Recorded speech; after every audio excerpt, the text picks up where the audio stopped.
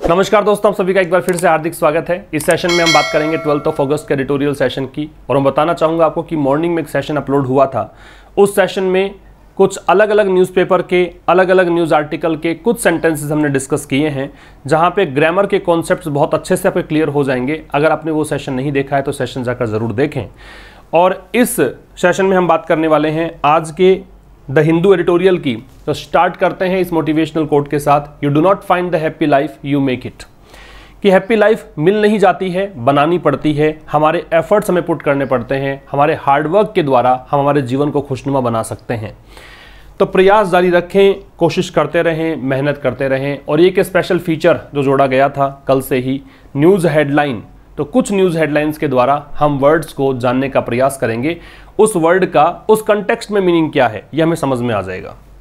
तो देखिए, एक हेडलाइन है, airport fire team averted inferno. ये जो केरला में एक प्लेन क्रैश हुआ था उसकी एक हेडलाइन है ये, airport fire team averted inferno. Airport की जो फायर टीम है जो आग पर काबू करने का काम करती है, उस टीम ने क्या किया, इन्फर्नो को अवर्ट किया। तो दो वर्ड आप सीखेंगे। अवर्ट का मतलब है वार्ड ऑफ, अवॉइड या प्रिवेंट, मीन्स रोकना कह सकते हो या फिर बचाना कह सकते हो। तो इन्होंने टाल दिया है हादसा। और किस चीज़ को अवर्ट किया है, इन्फर्नो को। इन्फर्नो का मतलब ब्लेज होता है, फायर होता है, फ्लेम्स होता है, कॉन्फ्लेग्रेशन होता है, बहुत बड़ी भीषण आग जिसको बोलते हैं, उसे आप कह सकते हैं क्या, इन्फर्नो। तो एयरपोर्ट की फायर टीम ने किस चीज़ को अवर्ट कर दिया, किस चीज़ को टाल दिया, किस चीज़ को रोक दिया। बहुत भीषण आग लग सकती थी, इस हादसे को इन्होंने टाल दिया। ये पहला न्यूज़ हेडलाइन थी। फिर दो और हेडलाइंस आपके सामने हैं, CISF to deploy personnel with working knowledge of local language at airports. CISF आप पता ही है, CISF टू डिप्लॉय। जब भी आप हेडलाइन में 2+V0 देखते हैं तो उसका मतलब ये होता है कि इनको ये किया जाना है, इनका इंटेंशन ये है करने का, इनकी प्लानिंग में है। तो CISF क्या करेगा, अपने जो कर्मचारी हैं, पर्सनल का मतलब कर्मचारी होता है, एम्प्लॉइज होता है, तो CISF अपने कर्मचारियों को डिप्लॉय करेगा। डिप्लॉय का मतलब क्या है, पोजीशन है, स्टेशन है, पोस्ट है, लोकेट है, तैनात करने को बोलते हैं। ठीक है, तो CISF जो कर्मचारी हैं उनको लगाएगा और उन कर्मचारियों को जिनको लोकल लैंग्वेज का नॉलेज है उनको एयरपोर्ट्स पर यहाँ पे लगाएगा। तो डिप्लॉय का मतलब तैनात करना है, तो इनको तैनात करेगा जिनको लोकल लैंग्वेज का थोड़ा बहुत ज्ञान है। Joe Biden picks Kamala Harris as running mate. Running mate का मतलब जैसे ये है कि जो बिडेन राष्ट्रपति पद के उम्मीदवार इस बार के हैं यूएस में डेमोक्रेटिक पार्टी से, तो इन्होंने कमला हैरिस को चुना है उपराष्ट्रपति पद के दावेदारी के लिए। ठीक है, तो ये रनिंग मेट का मतलब होता है जो दूसरा सबसे महत्वपूर्ण पद होता है उपराष्ट्रपति पद के लिए। जैसे राष्ट्रपति पद है, फिर उपराष्ट्रपति है, तो विजेता है, उपविजेता है, तो वैसे दो जो टॉप पोजीशन होती है ना, उसमें सेकंड नंबर वाले को बोलते हैं रनिंग मेट। ठीक है, तो ये ध्यान रखिएगा।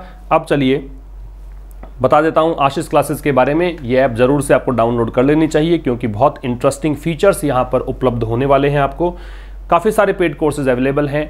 आज से एक बैच स्टार्ट है। अगर अभी तक आप नहीं जुड़ पाए हैं तो आज का दिन भी शेष है, आप जुड़ सकते हैं आज के बैच में, जहां द हिंदू एडिटोरियल, एक एडिटोरियल जो शाम को 5 बजे आपको यूट्यूब पर उपलब्ध होता है, वही एडिटोरियल यहाँ पर 12-1 बजे के करीब मिल जाता है और एक नाइट में 10-11 बजे के करीब मिलता है। तो आप ये एडिटोरियल प्राप्त करने के लिए आज जुड़ सकते हैं। एक वोकैबुलरी का ई बुक भी उपलब्ध है, तो इस ई बुक को भी आप बाई कर सकते हैं। ठीक है, बात करेंगे आज के एडिटोरियल राजस्थान लेसन्स के बारे में। राजस्थान लेसन्स, तो राजस्थान के यहाँ पे राजस्थान से सीख मिली है। राजस्थान ने खुद बहुत कुछ सीखा है। अभी उथल पुथल मची हुई थी राजनीति में, उसी के बारे में आर्टिकल है। तो चलिए पढ़ना स्टार्ट करते हैं। बहुत कुछ यहाँ पे सीखने को है। वैसे आर्टिकल बहुत आसान भाषा में लिखा गया है, लेकिन यहाँ पे वोकैबुलरी बहुत कुछ आपको मिलेगी। तो आप नोटबुक और पेन लेकर बैठें, अंत तक सेशन को देखें और ज़रूर से एक बार शेयर कर दें अपने दोस्तों के साथ। The crisis in the Congress in Rajasthan. Crisis का मतलब संकट। कहां पर, कांग्रेस में। कांग्रेस राजनीतिक पार्टी है, इस कारण से द है। राजस्थान में जो कांग्रेस पार्टी है उसका जो संकट है, अब ये दैट आ रहा है इस संकट के लिए, वो संकट जिसने नियरली लगभग ब्रॉट डाउन। ब्रिंग डाउन का मतलब होता है कोलैप्स। ब्रिंग डाउन का मतलब है कोलैप्स, या टॉपल भी कह सकते हो, धराशायी करना, गिराना, इसको कोलैप्स कह सकते हैं। ठीक है, तो इस संकट ने लगभग गिरा ही दिया था किसको, सरकार को, कौन सी सरकार जिसका नेतृत्व कौन कर रहे हैं, मुख्यमंत्री अशोक गहलोत। तो लेड बाई जो है वो लीड की थर्ड फॉर्म है, लीड लेड होता है। तो वो सरकार जो अशोक गहलोत के नेतृत्व में है, हैज ब्लोन ओवर, अब ये संकट जो है वो क्या हो चुका है, ब्लो ओवर हो चुका है। हैज दे रखा है तो वर्ब की थर्ड फॉर्म आएगी, और ब्लो ओवर का मतलब होता है किसी भी मुश्किल का, किसी भी मुद्दे का डिसअपियर हो जाना, वैनिश हो जाना, फेड अवे हो जाना, गायब हो जाना। तो कह रहा है कि कांग्रेस पार्टी में जो संकट मंडराया हुआ था, जिस संकट ने अशोक गहलोत के नेतृत्व वाली सरकार को लगभग गिरा ही दिया था, वो संकट अब वैनिश हो चुका है, गायब हो चुका है। ग्रुप, अब ये वो वाला ग्रुप है जो सचिन पायलट के नेतृत्व में है, इसी कारण से द ग्रुप लगाया है क्योंकि निश्चित हो गया है। तो वो समूह, वो ग्रुप जो जिसका प्रतिनिधित्व किसके हाथ में है, सचिन पायलट के हाथ में है, इस ग्रुप ने हैज रीइटरेटेड, रीइटरेट का मतलब होता है इटीरेट। अगर आप री हटा भी दोगे तब भी आपको जो वर्ड मिलेगा इटीरेट, इसका मतलब भी वही है, इसका मतलब भी है दोहराना। तो आप कह सकते हो टू से अगेन, एक बार फिर से कहने को बोलते हैं इटीरेट या रीइटरेट, ठीक है। तो सचिन पायलट के नेतृत्व वाला जो ग्रुप है उसने एक बार फिर से अपनी स्वामी भक्ति, लॉयल्टी, वफादारी पार्टी के प्रति, पार्टी कौन सी, कांग्रेस, उसके प्रति अपनी वफादारी को फिर से इन्होंने दोहराया है। दो यद्यपि द स्टैंड ऑफ का गतिरोध होता है, डेडलॉक होता है, स्टेलमेट होता है। यद्यपि जो गतिरोध बना हुआ था दोनों के बीच, अशोक गहलोत और सचिन पायलट के बीच, cost him the post of deputy chief minister. Cost का मतलब यहां पे इनको कीमत चुकानी पड़ी है। एक बात ध्यान रखिएगा, कोस्ट की तीनों फॉर्म सेम होती है, कोस्ट होता है। इनको कीमत चुकानी पड़ी है, किस तरीके से, इनको अपना उप मुख्यमंत्री पद गंवाना पड़ा है, और स्टेट पार्टी चीफ, और ये कांग्रेस पार्टी के प्रदेशाध्यक्ष थे, इनको ये पद भी गंवाना पड़ा है। अभी गोविंद डोटासरा इनके पद पर आ गए हैं, इनके स्थान पर। तो ये यहाँ पे कहा गया है, स्टैंड ऑफ का मतलब नोट कर सकते हैं आप, डेडलॉक होता है, स्टेलमेट होता है, ग्रिडलॉक होता है, ठीक है। तो ट्रूस का मतलब संधि या सुलह को बोलते हैं। Cease fire, armistice, reconciliation, treaty. अगर झगड़े के बाद फिर से सुलह हो या संधि हो, उसे क्या कहा जाएगा, ट्रूस कहा जाएगा। तो कह रहा है कि जो ट्रूस है, ये जो संधि या सुलह हुई है, वो परिणाम है। आउटकम नाउन है, इसी कारण से देखो आर्टिकल है, और आर्टिकल के बाद में एक शब्द जो होता है वो नाउन होता है। आउटकम के सिनोनिम्स रिजल्ट हो सकता है, रिपरकशन हो सकता है, आप कोरोलरी कर सकते हो, ठीक है ना। इस प्रकार से इसके सिनोनिम्स आप कर सकते हो, अपशॉर्ट कर सकते हो। तो जो ये सुलह हुई है, ये परिणाम है किसका, रियलाइजेशन का। रियलाइजेशन मतलब अनुभव हुआ है एक चीज का, रियलाइज हुई है एक चीज, क्या, ऑन बोथ साइड्स, दोनों ही साइड्स में, मतलब अशोक गहलोत की साइड भी, सचिन पायलट की साइड भी, दैट की their positions had become self destructive, की उनकी जो स्थितियां हैं वो मतलब सेल्फ डिस्ट्रक्टिव हैं, एंड अनसस्टेनेबल। सेल्फ डिस्ट्रक्टिव मतलब खुद का ही अहित करने वाली, खुद का ही विनाश करने वाली। डिस्ट्रक्टिव यहाँ पे एडजेक्टिव की भूमिका में है। एंड अनसस्टेनेबल, कल आज जो मॉर्निंग बैच मैंने आपको एक सेशन अपलोड किया है, बताया है, उसमें मैंने बताया है कि एंड अपने दोनों तरफ सेम चीजें लेता है। तो आप समझिए कि डिस्ट्रक्टिव यहाँ पे एडजेक्टिव है, तो ये भी एडजेक्टिव, और वैसे भी ABLE दे रखा है। अनसस्टेनेबल का मतलब है जो चलने योग्य नहीं है, जो प्रैक्टिकल नहीं है। अनवायबल है, अनसपोर्टेबल है, अनजस्टिफिएबल है, इन सबको क्या कहेंगे आप, अनसस्टेनेबल, जो चलने योग्य नहीं है। तो ये कहना चाहता है कि दोनों ही साइड्स को ये पता लग गया है, रियलाइजेशन इनका हुआ है कि भाई इनको ये जो कदम, जो भी इनकी स्थितियां हैं, जो पोजीशंस है, वो सेल्फ डिस्ट्रक्टिव है और चलने वाली नहीं है, प्रैक्टिकल नहीं है। तो यहाँ पे सीखने को देखो, ये 3 तो वर्ड आपको सीखने हैं। फिर आपको सब्जेक्ट और वर्ब हमने निकाल ही लिया है। ब्रिंग डाउन है, सॉरी, ये ब्रिंग डाउन है। ब्रिंग डाउन का मतलब क्या है, ब्रिंग डाउन से मतलब है कोलैप्स करना। ब्रिंग अप तो पालन पोषण होता है, ब्रिंग डाउन का मतलब कोलैप्स करना है। रीइटरेट है, इसका इटरेट होता है, और से अगेन रिपीट करना है। स्टैंड ऑफ का डेडलॉक होता है, ग्रिडलॉक होता है, इम्पास होता है, स्टेलमेट होता है। ये सारी बातें हमने की थी जब भी हमने भारत और चाइना वाला जो LAC पर कॉन्फ्लिक्ट चल रहा था, LAC पर जो टेंशन चल रही थी, उस आर्टिकल को हमने डिस्कस किया था। वहाँ पर सब चीज़ें हम डिस्कस कर चुके हैं। आइए बढ़ते हैं आगे। तो क्या कहना चाहता है कि mister Gehlot faced the risk of losing the government. Mister Gehlot ने फेस किया मतलब सामना किया। किसका सामना किया, यहाँ पे इनका सामना हुआ the risk of losing the government, government को खो देने के रिस्क का सामना किया। गवर्नमेंट इनके हाथ से जा सकती थी, गवर्नमेंट मतलब ये लूज कर सकते थे, इसका इन्होंने रिस्क को फेस किया। लूज का मतलब खोना है। While mister pilot stared at the अननर्विंग prospect, stare at का मतलब घूरना होता है, वैसे टकटकी लगाकर देखना होता है। जबकि मिस्टर पायलट जो है उन्होंने अननर्विंग प्रोस्पेक्ट देखा। अननर्विंग का मतलब बेचैन कर देने वाला, ऐसी चीज़ जो बेचैन कर देने वाली है, जैसे डिस्कंसर्टिंग है, अनसेटलिंग है, डिस्टर्बिंग है, ये सब बेचैन कर देने वाले शब्दों को बयां करता है। तो यहाँ पे ये हो गया कि जो बेचैन कर दे। तो मिस्टर गहलोत ने यहाँ पे गवर्नमेंट को लूज करने का जो रिस्क है वो फेस किया, जबकि मिस्टर पायलट जो है उन्होंने बेचैन कर देने वाला जो एक संभावना थी जीवन की, उसको इन्होंने देखा नज़दीक से, आउटसाइड द कांग्रेस, कांग्रेस के बाहर। कांग्रेस राजनीतिक पार्टी है, इस कारण से यहाँ पे किसका प्रयोग है, द का प्रयोग आपको देखने को मिल रहा है। फिर आगे देखिए, द टर्मोइल इन राजस्थान। तो टर्मोइल का मतलब उपद्रव होता है, उथल पुथल की स्थिति होती है।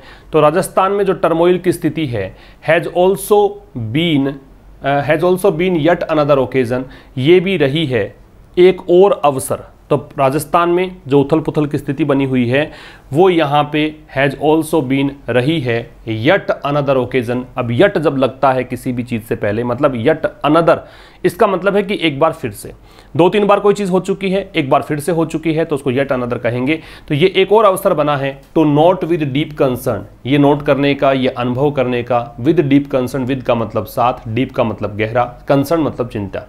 तो गहरी चिंता के साथ the tendency of the judiciary, judiciary का मतलब न्यायपालिका, और न्यायपालिका से पहले द का प्रयोग करते हैं। लेजिस्लेटिव होता तो भी द का प्रयोग करते, ठीक है, एग्जीक्यूटिव होता तो भी द का प्रयोग करते। तो न्यायपालिका, विधायिका, कार्यपालिका, सबसे पहले द लगता है।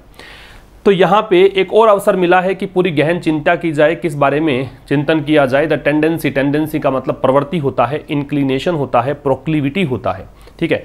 मैं लिख सकता हूँ यहाँ पे, देखो, प्रोक्लिविटी या फिर इंक्लिनेशन, ये सब इसके सिनोनिम होते हैं टेंडेंसी के, ठीक है, तीनों एक ही मतलब है।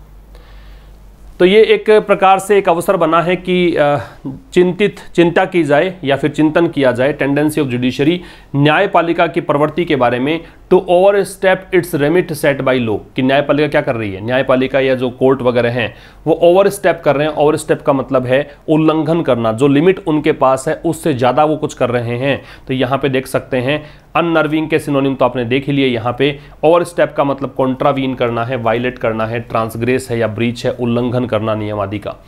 इट्स रिमिट, रिमिट का मतलब होता है कोई भी स्कोप, एम्बिट या एक्ट ऑफ रेस्पॉन्सिबिलिटी। मीन्स यूँ कह सकते हैं आप कि कोई भी आपका जो क्षेत्र है, इस क्षेत्र से बाहर नहीं जा सकते। लक्ष्मण रेखा खींची हुई है, उससे बाहर आप नहीं जा सकते, तो वहाँ से बाहर जा रहे हैं ये। तो जो भी विधि के द्वारा, जो भी कानून के अंदर एक लिमिट सेट की गई है, उससे बाहर जा रही है, ये टेंडेंसी समझ में आई है।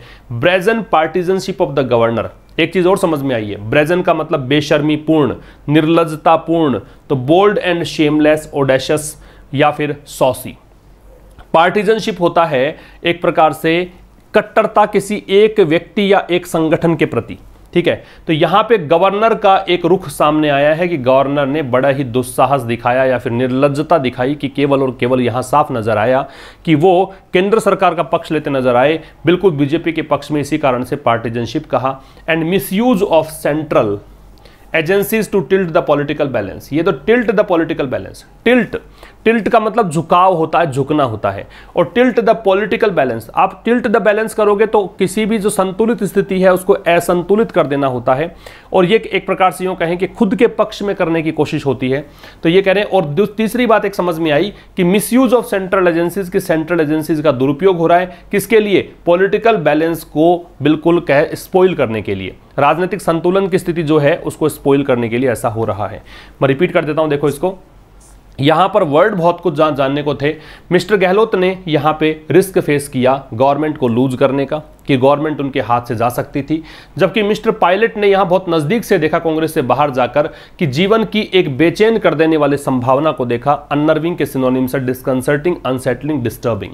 फिर कह रहा है कि जो राजस्थान में उथल पुथल का माहौल है, ये एक बार फिर एक अवसर है, ये यहाँ पे देखने का, चिंतित होने का अवसर है, कह सकते हो, चिंतित होना चाहिए, क्योंकि यहाँ पे जुडिशरी की एक प्रवृत्ति सामने आई है कि जुडिशरी अपने विधि के द्वारा जो इसको एक लिमिटेशन दे रखी है कि उससे बाहर जाकर आप काम नहीं कर सकते, उससे बाहर जाकर काम किया, उल्लंघन किया नियमों का। एक बात और सामने है, गवर्नर का यहां पे एक रुख सामने आया, जो निर्लज्जतापूर्ण, इन्होंने एक ही पार्टी का साथ दिया, इन्होंने एक प्रकार से बायस्ड होकर काम किया, पक्षपाती होकर काम किया, एक बात और समझ में आई, सेंट्रल एजेंसीज का दुरुपयोग हुआ किसके लिए? पॉलिटिकल बैलेंस को टिल्ट करने के लिए, राजनीतिक संतुलन की जो स्थिति है उसको बिगाड़ने के लिए। तो ये सब बातें यहां पे हमने देखी।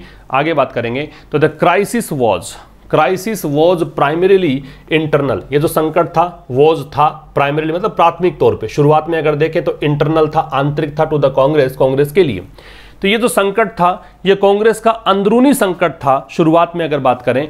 But the Bharatiya Janata parties maximalist approach का मतलब ऐसी अप्रोच है जिसमें आप अग्रेसिव होकर आगे बढ़ते हैं और आप कोई भी समझौता नहीं करते हैं, आप किसी प्रकार कॉम्प्रोमाइज को नहीं मानते हैं, उसको मैक्सिमलिस्ट अप्रोच कहते हैं। तो विस्तारवादी नीति जो है ना, एक्सपेंशनिस्ट जो अप्रोच है भारतीय जनता पार्टी की अप्रोच ये है कि सरकार हमारी चाहे नहीं बनी हो लेकिन हम सरकार बनाकर रहेंगे किसी भी कीमत पर। और ये उदाहरण उन्होंने पेश किया था एमपी में सरकार बनाकर कुछ दिनों पहले, जहां पहले कांग्रेस की सरकार थी।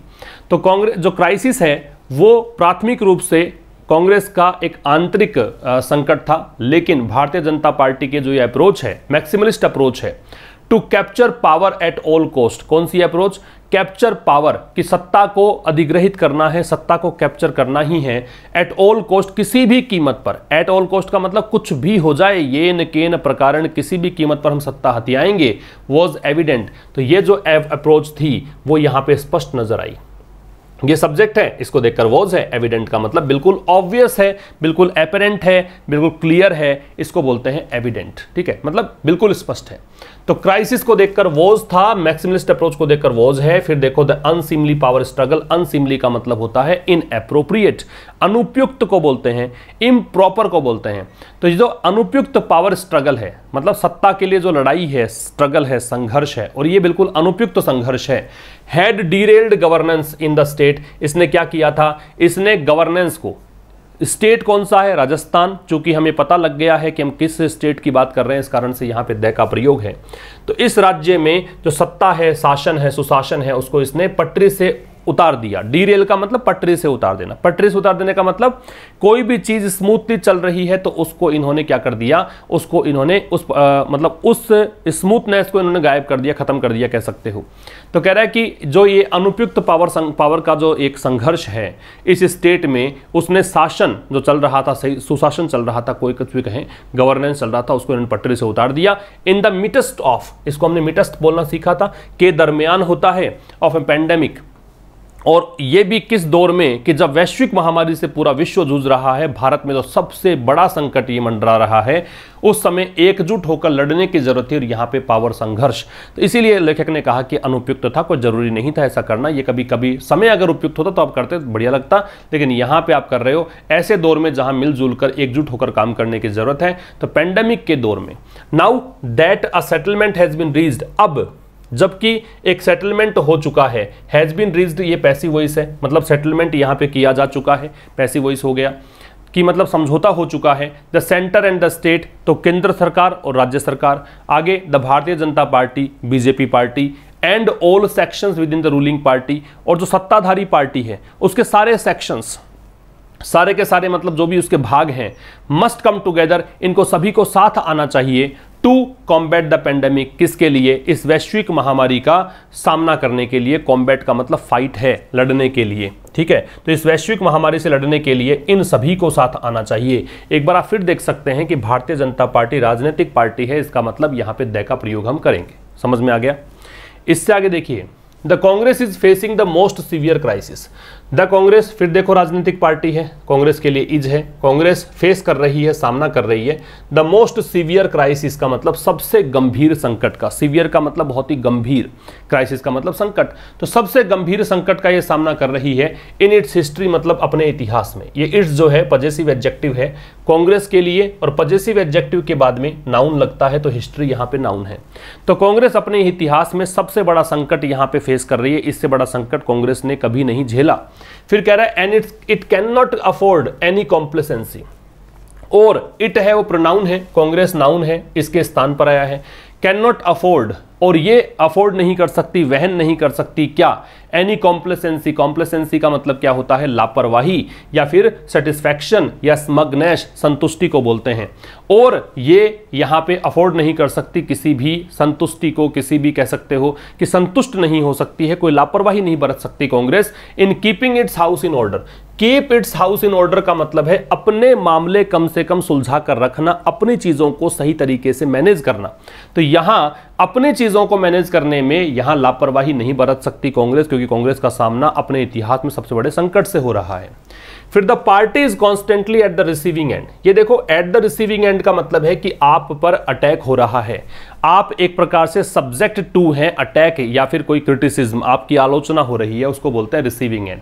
अगर आपके लिए कहे you are at the receiving end, तो मानकर चलिए इसका मतलब यह कहना चाहता है कि भाई आप पर संकट के बादल मंडरा रहे हैं, आपकी आलोचना हो रही है, आप पर अटैक किए जा रहे हैं, चाहे वर्बल अटैक हो या वैसे अटैक हो। ठीक है, तो द पार्टी, कांग्रेस पार्टी की बात है, इज कॉन्स्टेंटली, कॉन्स्टेंट लगातार, तो लगातार पार्टी कैसी बनी हुई है, आलोचना का शिकार हो रही है, इस पर लगातार अटैक किए जा रहे हैं। Of the Bharatiya Janata party relentless ऑनस्लोट, और ये अटैक कौन कर रहा है, ये भारतीय जनता पार्टी आक्रमण कर रही है। ऑनस्लोट का मतलब अटैक है, ठीक है। रिलेंटलेस का मतलब बिना रुके, अनएंडिंग, लगातार। ठीक है, तो देख सकते हो रिलेंटलेस का अनएंडिंग, कंटिन्यूअस, नॉन स्टॉप। तो भारतीय जनता पार्टी के नॉन स्टॉप अटैक का शिकार होना पड़ रहा है कांग्रेस को। एंड इन मार्च, और मार्च में इट लॉस्ट, इट फिर कांग्रेस के लिए है, लॉस्ट द गवर्नमेंट, सरकार इसने खो दी थी। ठीक है, लूज की सेकेंड फॉर्म लॉस्ट है।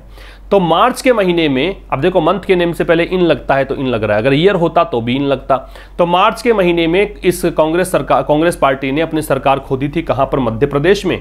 विच इट हैड वन, अब ये विच किसके लिए है, विच गवर्नमेंट के लिए है, तो वो सरकार जो कि इसने जीती थी, मतलब कहें कि वो सीट जो इसने जीती थी, वो सरकार इसने बनाई थी कैसे, इन 2018, 2018 में। तो देखो ईयर का नाम आ गया, इस कारण से इन है।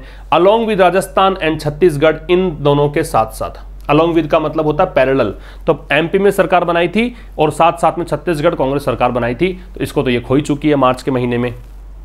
आगे बात करें तो according to mister Gahlot on admission, admission का मतलब यहां पे है एडमिट करने का प्रोसेस, नाउन है, इसका मतलब हो गया अपनी स्वीकारोक्ति, इन्होंने स्वीकार किया है।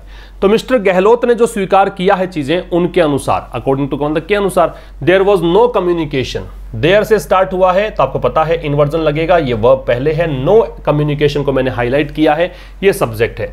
कम्युनिकेशन का मतलब बातचीत, ठीक है। तो मिस्टर गहलोत ने ये बात खुद ने स्वीकार करी है और उनके अकॉर्डिंग कोई बातचीत नहीं हुई उनके और मिस्टर पायलट के बीच में। बिटवीन के बाद में एंड लगता है, बिटवीन के बाद में ऑब्जेक्टिव केस लगता है, क्यों, क्योंकि बिटवीन प्रेपोजिशन है and preposition always takes up an accusative case after it. ठीक है, इस कारण से हिम का प्रयोग है। तो कह रहा है कि कोई बातचीत नहीं हुई उनके और मिस्टर पायलट के बीच में ever since the formation of the government in 2018। कब से, जब से सरकार बनी। फॉर्मेशन का मतलब निर्माण, फॉर्म का प्रोसेस हो गया, फॉर्म तो एक प्रकार से वर्ब बन जाएगी, फॉर्म का प्रोसेस हो गया फॉर्मेशन। तो जब से 2018 में सरकार बनी तब से लेकर आज तक इनके बीच बातचीत नहीं हुई, ये खुद ने स्वीकारा अशोक गहलोत ने। फिर कह रहा है that is a sad commentary on the party.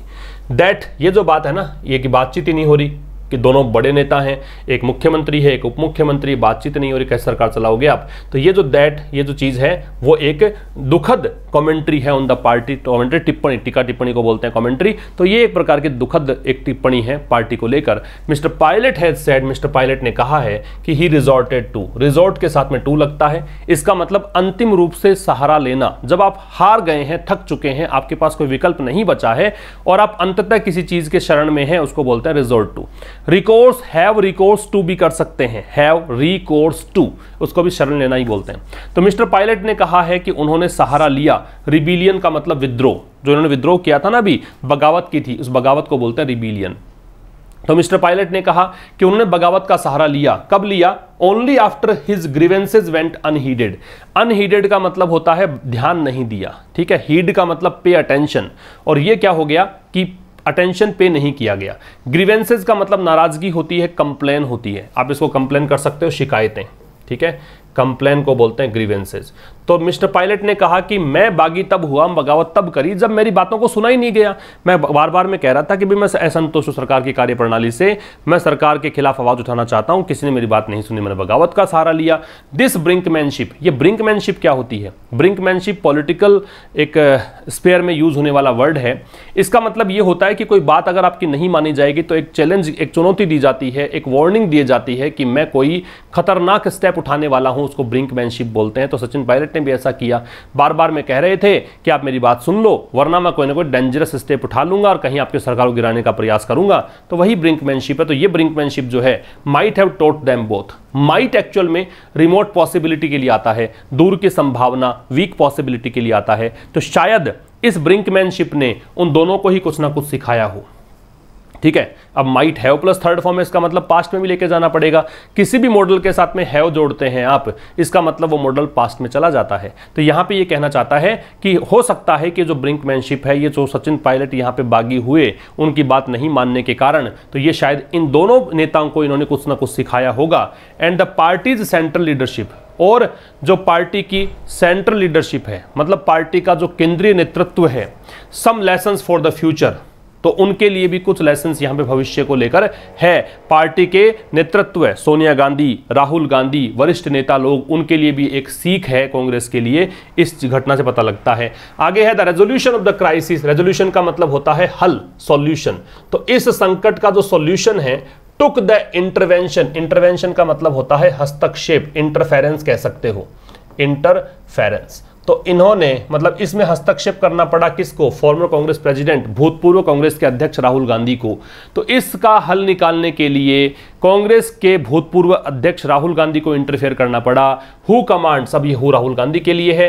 Rahul Gandhi जो कि commands the loyalty of both, जिनके दोनों मतलब लॉयल हैं, दोनों नेता जो हैं अशोक गहलोत और सचिन पायलट, दोनों इनकी बात मानते हैं। इसका मतलब ये है, ठीक है, if you command the loyalty of anyone, it means the person who is loyal to you, he is always ready to accept your orders, है ना, ओबे योर ऑर्डर्स। तो इसका मतलब यह है कि राहुल गांधी को बीच में आना पड़ा, जिनकी बात दोनों ही नेता मानते हैं। ही कुड हैव रिजॉल्व्ड, अब ये ही राहुल गांधी के लिए है, प्रोनाउन आ गया इनके नाउन के स्थान पर। Could have plus third form का मतलब है ऐसा कर सकते थे। ऐसे वाक्य आप भी बनाकर देखें। Could have plus third form का मतलब ऐसा कर सकते थे, जैसे I could have helped him but I did not, मैं उसकी सहायता कर सकता, मैंने नहीं किया। He could have paid the amount but he did not, वह अमाउंट पे कर सकता लेकिन उसने नहीं किया। तो ऐसा ही है कि वह इस संकट को हल कर सकते थे अर्लियर, पहले। अर्लियर का ऑपोजिट करोगे तो LATER आएगा। समय में पहले की बात करोगे तो अर्लियर आएगा, समय में बाद की बात करोगे तो लेटर आएगा। तो वह इस समस्या का समाधान पहले भी निकाल सकते थे और इवन प्रीएम्प्टेड, और यहां तक कि रोक भी सकते थे। प्रीएम्प्ट का मतलब क्या है? प्रीएम्प्ट का मतलब है फॉरस्टॉल, रोकना, ठीक है, या फिर आप कह सकते हो प्रिवेंट, रोकना, ठीक है। तो ये इस संकट को रोक भी सकते थे। द क्राइसिस ऑल टुगेदर, मतलब साथ ही साथ इस संकट को रोक भी सकते थे, तो रोका नहीं। देयर इज नो सिग्नल, अब फिर से इन्वर्जन है, देयर से स्टार्ट हुआ, तो देखो ये आपका सब्जेक्ट हुआ, ये आपकी वर्ब हुई। सिंगल मॉडल है, आप सिंगल मॉडल को भी ले लीजिएगा। तो एक भी सिंगल ऐसा मॉडल नहीं है, एक भी मतलब कहें कि एक प्रारूप नहीं है for running a political party, किसी राजनीतिक पार्टी को चलाने के लिए, ठीक है, कोई भी ऐसा मॉडल नहीं है राजनीतिक पार्टी को रन करने के लिए, केवल इसके अलावा। बट यहां पे प्रीपोजिशन का काम करेगा, कल भी हमने डिस्कस किया था। इसका मतलब होता है एक्सेप्ट, मतलब इसके अलावा। किसके अलावा? The nature, history and character of the Congress, कि कांग्रेस का प्रकृति, नेचर, हिस्ट्री, इतिहास और कैरेक्टर, जो भी इनका मतलब है, एक सिद्धांत पर आधारित होकर, हर पार्टी का कोई ना कोई सिद्धांत है, तो हर पार्टी एक तरीके से काम करती है, मेथोडोलॉजी है काम करने की, तो उसको बोला है कैरेक्टर। कांग्रेस का कैरेक्टर, कांग्रेस का नेचर, कांग्रेस की हिस्ट्री, इनके अलावा कोई ऐसा सिंगल मॉडल नहीं है पॉलिटिकल पार्टी को रन करने का। केवल यही चीजें हैं जो क्या करती हैं, कांग्रेस को यहां पे इंपेल करती हैं। इंपेल का मतलब क्या है? ड्राइव करना, मजबूर करना, ड्राइव प्रेरित करना, प्रोपेल करना, ठीक है, या फिर कंपेल करना, बाध्य करना, मजबूर करना। तो यही जो चीज़ है जो कांग्रेस को यहाँ पे आगे बढ़ाती है। टू बी कंसल्टेटिव, की कांग्रेस कैसी हो? कांग्रेस कंसल्ट करे अपने साथी लोगों से, कांग्रेस साथ में विचार विमर्श करे। एंड डेलिबरेटिव, डेलिबरेटिव का मतलब थॉटफुल, और कांग्रेस थॉटफुल हो, कांग्रेस अपने जो भी कार्य हैं उन पर विचार करे। थॉटफुल साथ में कर सकते हो, कंटेम्पलेटिव भी कर सकते हो। कांग्रेस कंटम्पलेटिव हो, विचारों में लीन, विचार मग्न हो, उसको बोलते हैं कंटम्पलेटिव, उसको बोलते हैं डेलिबरेटिव। ठीक है, तो कांग्रेस को केवल उसका नेचर, हिस्ट्री और कैरेक्टर है जो कि उनको प्रेरित करता है कि वो कंसल्टेटिव हो, वो डेलिबरेटिव हो, मतलब अपने साथी सदस्यों के साथ में जो भी उनके नेता लोग हैं उनके बातचीत करती रहे और विचार मग्न भी हो, किसको लेकर, अपने इंटरनल और एक्सटर्नल कंडक्ट को लेकर। कांग्रेस का जो भी आंतरिक और बाहरी जो भी व्यवहार है, जो भी कंडक्ट है, जैसे भी संचालन वो कर रहे हैं, उनको वो ध्यान से देखें, उस पर विचार करें। ये कांग्रेस को करना पड़ेगा, तब जाके पार्टी चलेगी। आगे देखिए, राजस्थान डेमोन्स्ट्रेटेड, डेमोन्स्ट्रेट का मतलब है शो करना। तो राजस्थान ने जैसा कि दिखाया कि mister Gandhi has a role, कि मिस्टर गांधी का एक रोल है इन फैसिलिटेटिंग दिस। फैसिलिटेट का मतलब होता है टू मेक समथिंग ईजियर, किसी भी चीज को आसान कर देना। टू मेक समथिंग ईजियर, किसी भी चीज को आसान कर देना। तो कांग्रेस, जैसे राजस्थान ने दिखाया कि मिस्टर गांधी एक रोल अदा कर सकते हैं इस चीज को आसान करने में। किस चीज को आसान करने में? ये कंसल्टेटिव डिलिबरेटिव होने का जो गुण है ना, उसको करने में mister Gandhi has been focused, mister Gandhi रहे हैं। आप इसको ऐसा मत निकाल लेना कि पैसिव है, पैसिव वॉइस नहीं है। मिस्टर गांधी ऐसा रहे हैं, कैसा रहे हैं? फोकस्ड रहे हैं। फोकस्ड का मतलब क्या होता है? एकाग्रचित रहे हैं। किस चीज पर? इस चीज पर। फोकस में क्या लगाते हैं? ऑन लगाते हैं। तो मिस्टर गांधी एकाग्रचित रहे हैं on building A critic. Critic का मतलब यहां पे असेसमेंट है, इवैल्यूएशन है। ठीक है, असेसमेंट, मूल्यांकन कह सकते हो। ठीक है, एक प्रकार से आप कह सकते हो एनालाइज करना कह सकते हो।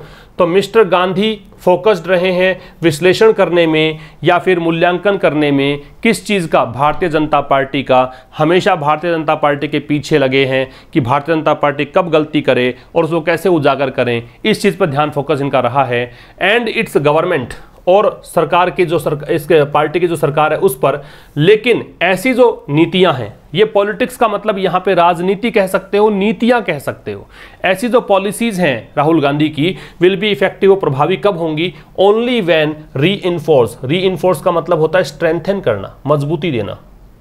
तो ये प्रभावी तब होंगी जब इसको मजबूती मिले। किसके द्वारा? बाई अ स्ट्रॉन्ग ऑर्गेनाइजेशन, कि उनका खुद का जो पक्ष है बहुत मजबूत हो, उनका खुद का संगठन बहुत मजबूत हो। कांग्रेस अगर मजबूत होगी तो आप एनालाइज करो दूसरी पार्टी को। अगर आप खुद ही मजबूत नहीं हो तो पहले आप ध्यान फोकस करो खुद की पार्टी पर, दूसरों पर ध्यान केंद्रित ना करें, दूसरों को विश्लेषण से बचें, आप खुद का विश्लेषण करें, आत्ममंथन करें, डेलिबरेटिव हो, कंसल्टेटिव हो, इसकी जरूरत है।